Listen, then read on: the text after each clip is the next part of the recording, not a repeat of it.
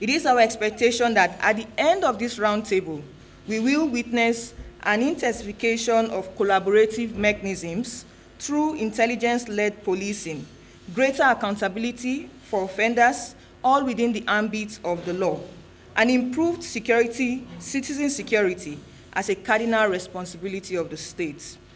Finally, as we draw down or count down to November 6th of the gubernatorial elections happening in Anambra State, we also hope that the elections will be conducted in a safe and peaceful atmosphere, and that the security of lives and property of the voters and all election stakeholders, including our security officials, will be guaranteed pre, during, and post the elections in Anambra. What's the religion of the moderator?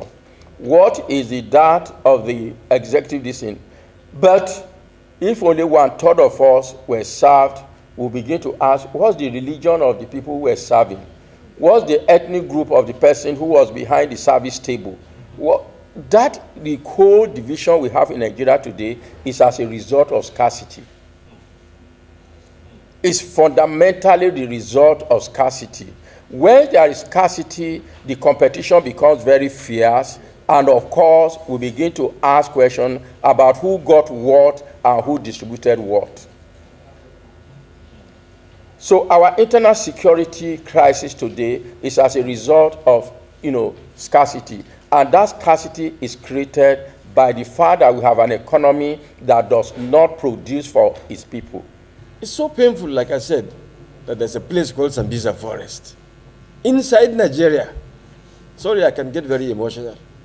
That's why my voice is changing. That we have a place called Sambisa Forest. In Nigeria, this is Nigerian armed forces that made name in the late 1950s. In Congo, Memalari, Renzi, Obasanjo, they're all in the Congo. So we need to, our government really should look at it in a different way. Say, don't do the same approach to a problem and expect different results. Maybe it's time to change the tactics and the strategy and the plans. That's a place that our military have not been able to crush or neutralize or walk across for more than a decade. Something is wrong somewhere. During the regime of, I think, Jonathan, US said they are going to help us. They brought in some personnel, and then they left. What happened? In 2017, I was special advisor to the Senate President on security and intelligence. US told us that all we needed was Tucano aircraft. They forced us, Nigerian government, to pay them $550 million for Tucano aircraft. The president brought out $1 billion. And National Assembly went haywire. Who gave him the authority? It was not in the budget, blah, blah, blah, blah. But let's not go into that. It took 3 years or more before the Tucano aircraft came. So you could just wonder, are we going to tell the enemy, wait for 3 years until the Tucano aircraft comes? Then they brought out all sorts of things. We don't have human rights record, blah, blah, blah. They're not going to sell us arms to us. So we need several reviews of our system. Finally, I appeal to government to listen to professional or sincere bodies who mean well for the country, such as the Claim Foundation. Look at the recommendations they made and see which of the recommendations are appropriate for implementation. I hope that this regime will not bequeath insecurity to its predecessor, to its successor in 2023. So it was published in that paper, and it's just 3 pages. I was a co-presenter, and I mentioned that there's no excuse why Boko Haram, for example, should have gone beyond December 2009. No excuse whatsoever if we have done what we are supposed to do, which is called exploitation. After clearing Boko Haram in 2009, July, after capturing their leader, we went to sleep. The whole country went to sleep. Nobody cared what happened, what caused the emergence of Boko Haram. Nobody bothered to go to back to 2002 when it started in Yobe, the young Talibans. Nobody cared how do you prevent future occurrence or recurrence. Nobody cared how they were funded, how they were equipped. So they were given 21 months. 21 months, because I remained in service and I kept emphasizing on this thing, but nobody listened to me. I'm not saying I know better than anybody. These are facts of history. So for 21 months, the country, all of us, including you and I, went to sleep. Until they re-emerged. They had these 21 months to reorganize, to regroup, to re-equip, re-strategize, rearm, replan, and then they came back in full force. April 2010 or 11. And since then, we're running helter-skelter up till today. The loss of focus, even by our faith-based leaders, these are issues that are clearly outside the control of the law enforcement communities. But unfortunately, the manifestation of crimes that arise from these failures are thrown back to us. And so every day, police officers, soldiers, NDLE officials, the civil defense personnel, and the rest of us are on the streets chasing criminals, walking around the clock to deal with situations that sometimes we have little or sometimes absolutely no control. I've also said it in the past that police officers are just police officers. We are not parents. We cannot police the homes. We are not charged with the responsibility of rearing or bringing up children in every family. The implication is parents must do their job. The other actors within the socialization processes must do their job. Our religious leaders should stop celebrating vanity. Situations where, even in the churches and the mosques, we celebrate people with questionable sources of wealth should stop. Our traditional rulers should stop conferring titles on young men and women whose sources of livelihood are unexplainable. We must retrace our steps.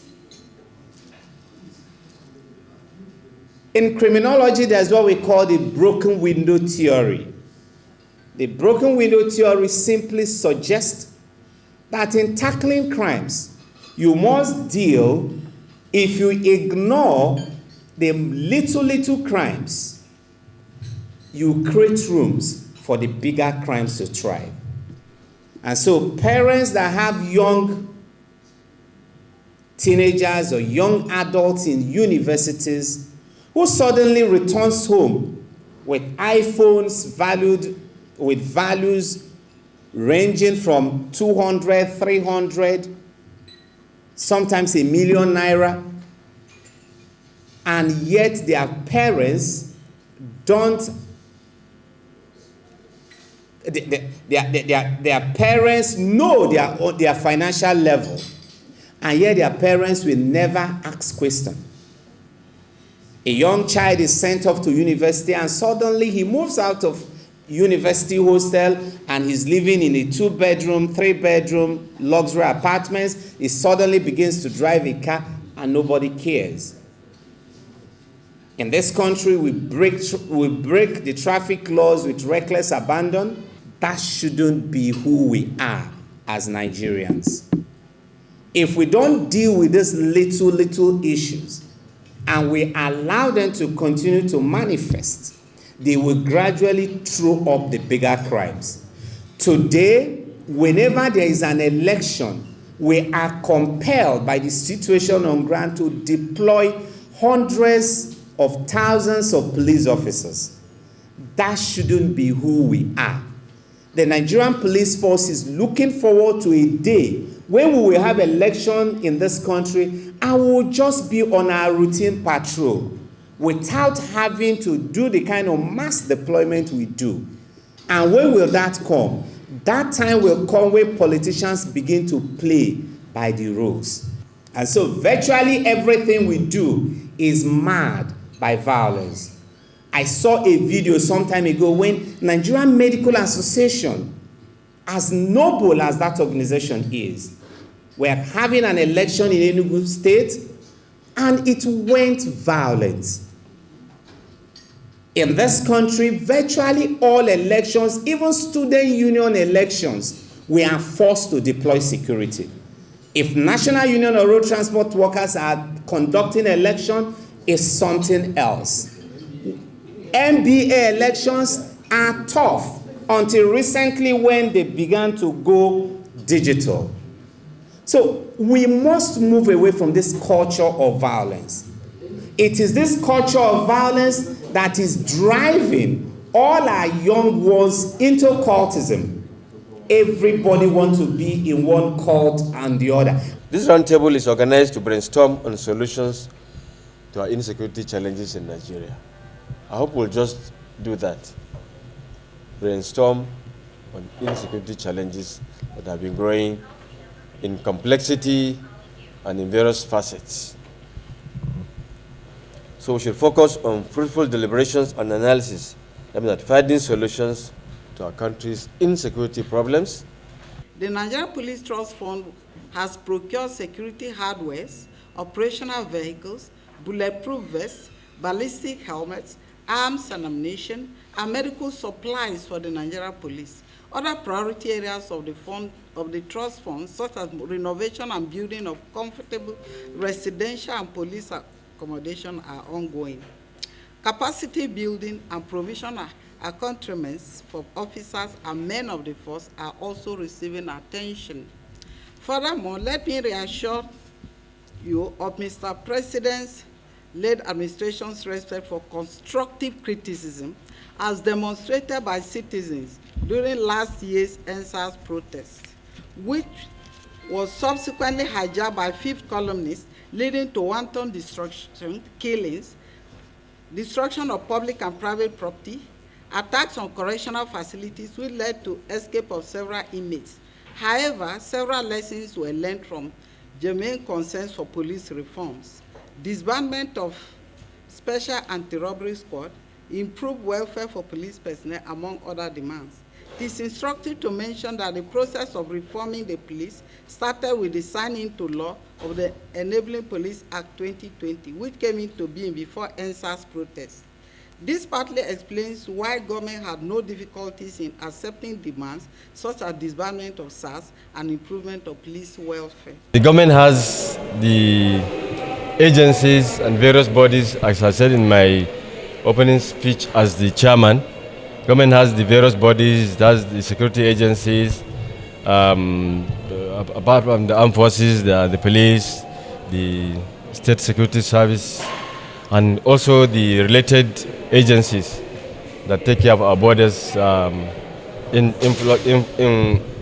entry and exit of goods, services, and personnel, the immigrations, the customs, and so on and so forth. Also, we have also other bodies like the civil defense. So it's about the political will, it's about cooperation, it's about collaboration, it's about tasking the various agencies and monitoring their performance and addressing whatever problems they have along the line. If it is strategy, there is strategy. If it's lack of equipment, address the equipment. If it's personnel, provide the personnel. If it's training, provide the training. I don't know, that is pretty difficult at this point, but what I would say that we should actually name those non-state armed groups for what they are. You know, whether they are terrorists, whether they are bandits, in so much as their operations are disrupting the peace and security of the country. We should name them what they are. Making a connection to terrorism, I think that's a discussion for another day. Do Do you think there is a political will by this government to fight insecurity? I think the government is trying. What we're facing is that there's just an erosion of security threats facing the state. So when we deploy our strategies to face terrorism or terrorists, as case may be, we also have separatists and all of that. So it can be a bit overwhelming. I'm not speaking for the government, but what I see is that there are some steps that are being taken in terms of deploying kinetic operation and even a bit on the non-kinetic aspect, but it can be improved. Speaking again as a civil society person, that we will expect that the government should intensify efforts towards curtailing all of this threat, because again, its primary responsibility is the security and welfare of citizens. So there should be improved political will to make sure that these threats are curtailed at the barest minimum. The answer is the police are not overwhelmed. However, the Nigerian police force is challenged by the enormous nature of the security challenges across the country. But the good news is the fact that